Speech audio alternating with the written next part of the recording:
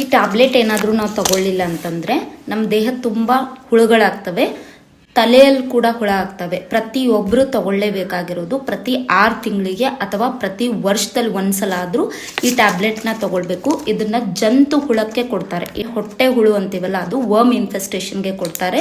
ಪ್ರತಿಯೊಬ್ಬರು ತಗೊಳ್ಳೇಬೇಕು.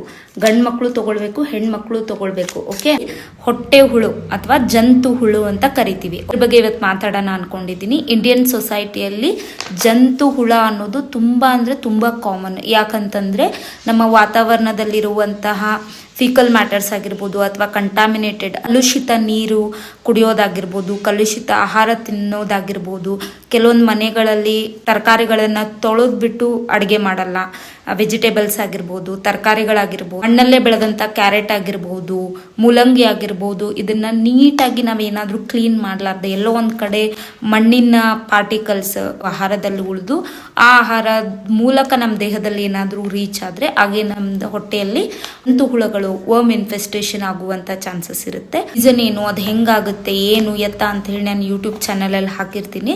ಏನಾಗಿರ್ಬೇಕು, ದಯವಿಟ್ಟು ಪ್ರೆಗ್ನೆಂಟ್ ಇರೋರು ತಗೊಳ್ಬೇಡಿ. ಆಮೇಲೆ ಹಾಲು ಕುಡಿಸುವಂತ ತಾಯಂದ್ರು ತಗೊಳ್ಬೇಡಿ.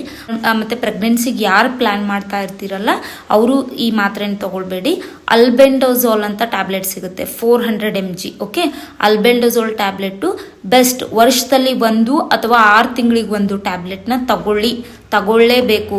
ಜಂತು ಹುಳುಗಳಾಗುವಂತ ಚಾನ್ಸಸ್ ಇರುತ್ತೆ. ವರ್ಷದಲ್ಲಿ 1 ಆದ್ರೂ ಅಲ್ಬೆಂಡಜೋಲ್ ಟ್ಯಾಬ್ಲೆಟ್ ತಗೊಳ್ಳಿ.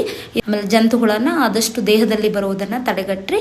ಇದಕ್ಕೆ ಬೆಸ್ಟ್ ಪ್ರಾಕ್ಟೀಸಸ್ ಅಂತ ಅಂದ್ರೆ ಹೈಜೀನ್ ಪ್ರಾಕ್ಟೀಸ್ ಒಂದೇ. ಇದಕ್ಕೆ ಗಾಳಿಯಲ್ಲೂ ಕೂಡ ಡರ್ಟ್ ಪಾರ್ಟಿಕಲ್ ಬರುವಂತ ಚಾನ್ಸಸ್ ಇರುತ್ತೆ. ಆಬ್ವಿಯಸ್ಲಿ ನಮಗೆ ಜಂತು ಹುಳ ಆಗುವಂತ. ಜಂತು ಹುಳ ಹೇಗೆ ಹಾಕ್ತವೆ, ಆಮೇಲೆ ಅದಕ್ಕೆ ಕಾರಣಗಳೇನು, ಅದಕ್ಕೆ ಪರಿಹಾರಗಳೇನು ಅಂತ ಹೇಳಿ ನಾನು ಆಲ್ರೆಡಿ ನನ್ನ ಯೂಟ್ಯೂಬ್ ಚಾನೆಲ್ ಅಲ್ಲಿ ವಿಡಿಯೋ ಹಾಕಿದ್ದೀನಿ. ನಾನು 1 ನಿಮಿಷದಲ್ಲಿ ಅತಿ ಹೆಚ್ಚಾಗಿ ಏನು ಎಕ್ಸ್ಪ್ಲೈನ್ ಮಾಡಕ್ ಬರಲ್ಲ. ದಯವಿಟ್ಟು ನನ್ನ ಯೂಟ್ಯೂಬ್ ಚಾನೆಲ್ಗೆ ಹೋಗಿ ಈ ವಿಡಿಯೋ ಬಗ್ಗೆ ತಿಳ್ಕೊಳ್ಳಿ.